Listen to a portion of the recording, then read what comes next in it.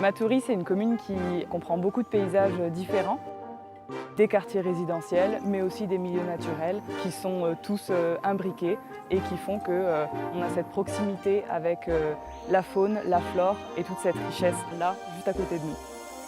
On a la chance d'avoir une très grande réserve naturelle, la plus grande réserve périurbaine de France. Mais en dehors de cette réserve, il y a aussi tous ces paysages qui composent le territoire matourien. Toute une chaîne de petits monts, comme ici. Les monts Fortuné, le mont Désiré, le mont Petit Matoury.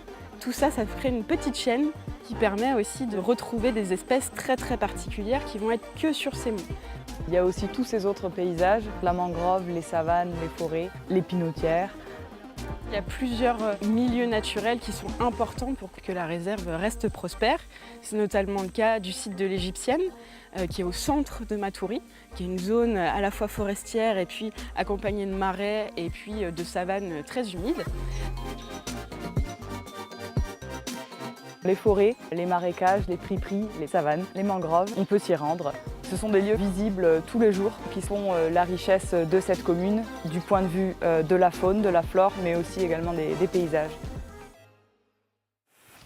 Alors on est dans une des savanes de Stoupan. Et donc c'est une savane qui a plusieurs étages si on peut dire. Donc là c'est assez herbacé, quelques petits palmiers, là, des bactrices épineux, caractéristiques de ces savanes. Et plus on va avancer vers le sud, plus les cortèges d'espèces vont changer et jusqu'à un moment où on ne pourra plus avancer parce que ce sera trop inondé. Les ornithologues, ils ont trouvé 100 espèces d'oiseaux en seulement 2 matinées et soirées dans cette savane, dont certaines qui sont assez emblématiques et assez rares. On peut citer le râle osselet, qui est une espèce protégée avec habitat.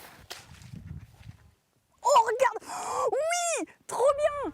Trop bien, trop bien! Oh, trop stylé! Attends, il faut que je regarde dans le guide. On a trouvé un papillon qui s'appelle Cicia touloulou, donc c'est le petit papillon du carnaval. C'est une espèce qui est très rare et qui semble beaucoup se plaire dans cette savane de Matoury. On a trouvé aussi un petit lézard qui s'appelle Neurops auratus, qui a aussi de très rares observations. Ce genre de milieux, ils sont en fait très riches. Nous voyons plus de petits bambous au monde, Radiella eisenbecki, qui poussent comme ça sur les petites mottes en savane.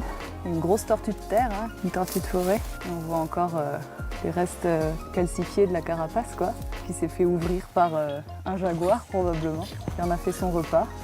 C'est une zone refuge aussi pour les animaux, avec du frais au milieu de cet espace inondé là-bas et de cette savane où il fait si chaud.